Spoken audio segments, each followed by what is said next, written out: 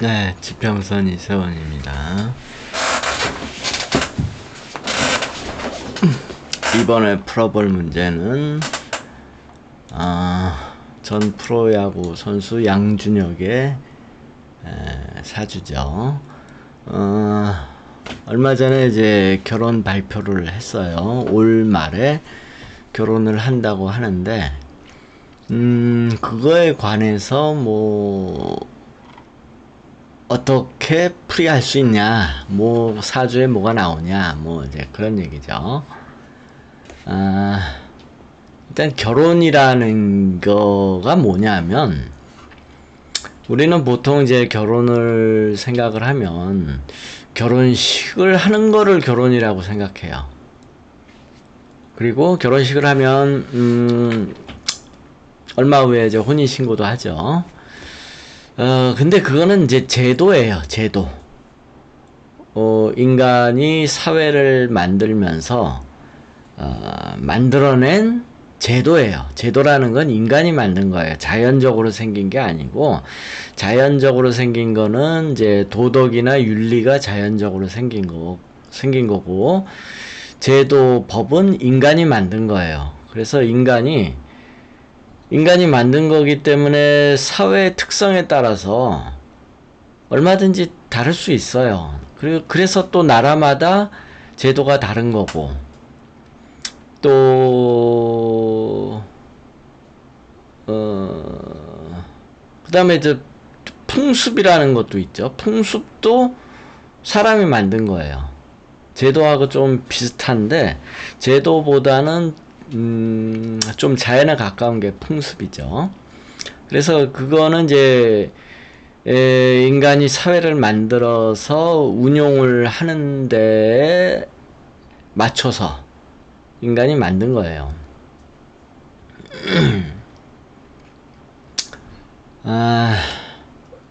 그래서 이 제도라는 건 언제든지 바뀔 수 있는 거고, 가변적인 거고, 그 사회마다 또 좀 다르다고 했잖아요, 제도가. 그런데 사주는 전 세계 공통일 거 아니에요. 인간이라면 누구나 다 적용이 돼야 될 거 아니에요, 사주라는 건. 그래서 이 나라에 갔더니 사주가 맞고, 저 나라에 갔더니 사주가 안 맞고, 이러면 안 되겠죠. 어떤 사회든지 사주는 맞아야 되겠죠. 그래서 결혼이라는 게 딱 제도적으로 혼인식을 하고 그 다음에 이제 혼인식이라는 걸 하는 이유도 공표하는 거예요. 우리 둘은 부부다. 건드리지 마라. 내 마누라 건드리지 마라 하는 이제 공표예요. 공표, 선언. 원래는. 그리고 그거를 이제 관청에다 신고하는 게 이제 혼인식이 되겠죠. 혼인신고가 되겠죠.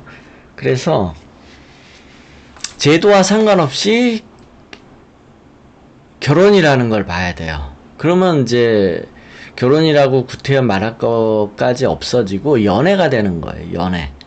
그러니까 이제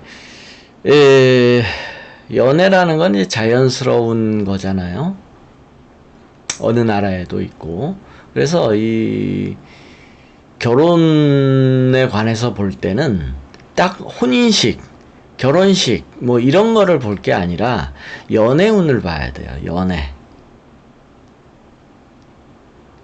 근데 이제 연애라는 건 사람이 살아가면서 여러 번 할 수 있잖아요.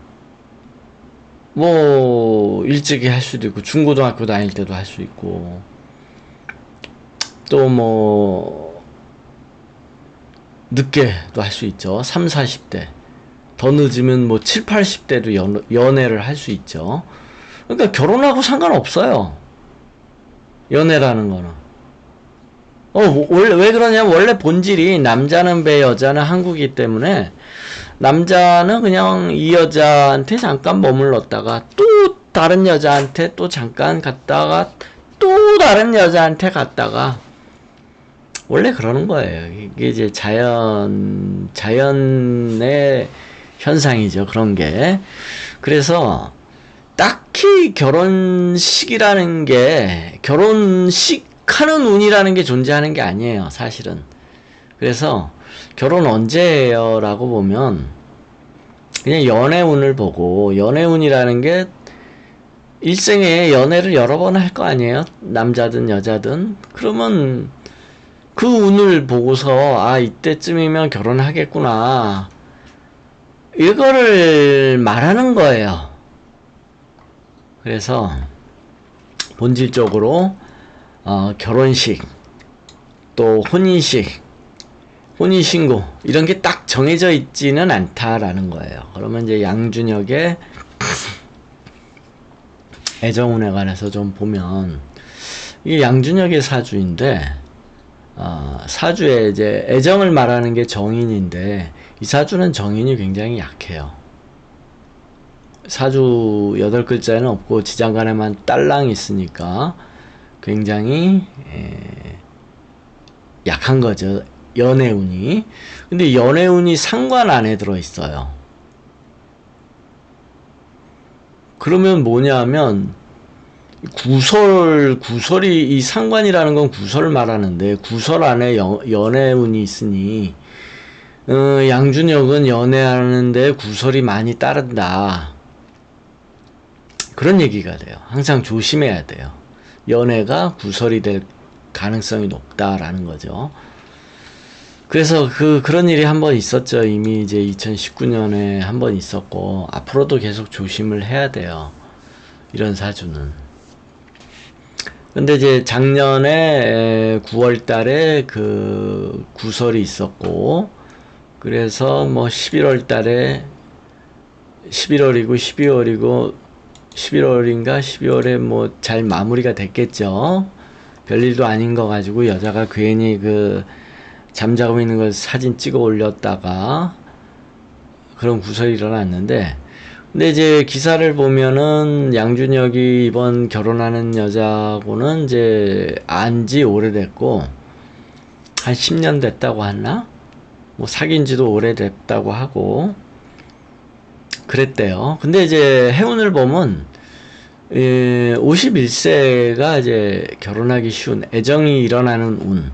그런데 이제 시지 비견이 충이니까 이거는 이제 사람 간의 다툼이 되겠죠.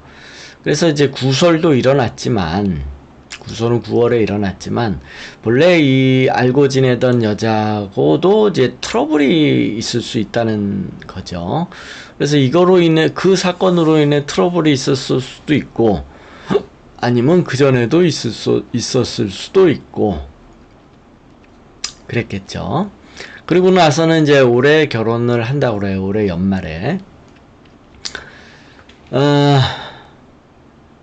근데 올해 결혼이라는 게 이제 정인운과 정제운이 들어와야 되는데 이게 가장 전형적인 결혼운이고 가장 좋은 결혼운이고 하죠. 그런데 이제 이 사주를 보면 정인하고 정제가 들어오는 게 요 9월달 딱 이제 정인이 올라가고 정제가 밑에 있고 요게 딱 결혼운인 거예요. 그래서 연말에 결혼한다고 얘기는 했으나 실질적으로는 9월 달에 살림을 낸다. 요게 이제 살림 내다. 그 다음에 집을 구하다. 이런 뜻이에요.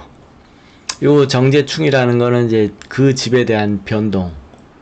내가 새로운 살 집을 만든다든지 뭐 이렇게 새로 집을 구한다든지 이런 거를 말하는 거고요. 그래서 결혼은 뭐 12월 달에 한다 그러면 이 관운이 이게 이제 혼인식을 하는 관청에 가서 혼인신고를 하는 거가 되는 거예요. 이게.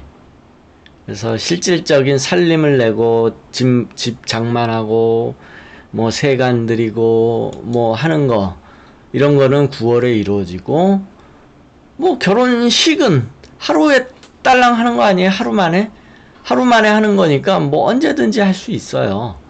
그런데 이제 혼인신고를 같이 생각을 한다면 이제 12월 달에 하는 게 맞는 거죠. 이게 이제 관청에다가 신고를 한다라는 거죠. 그래서 해운으로 볼 때는 이미 2019년에 뭐 결혼하겠다 뭐 이런 마음 같은 거는 아마 2019년에 마음 먹었을 거예요 이미. 그리고 이제 결혼하니 많이 한바탕 트러블 같은 것도 있었을 거고, 그리고 나서 결혼은 이제 오래 하는 거가 되는 거예요. 그 다음에 이제 질문이 이 9월운이 작년에 9월운이 결혼을 고려하는데 상대편 부모의 반대로 어려움을 겪었다고 할 수 있나요?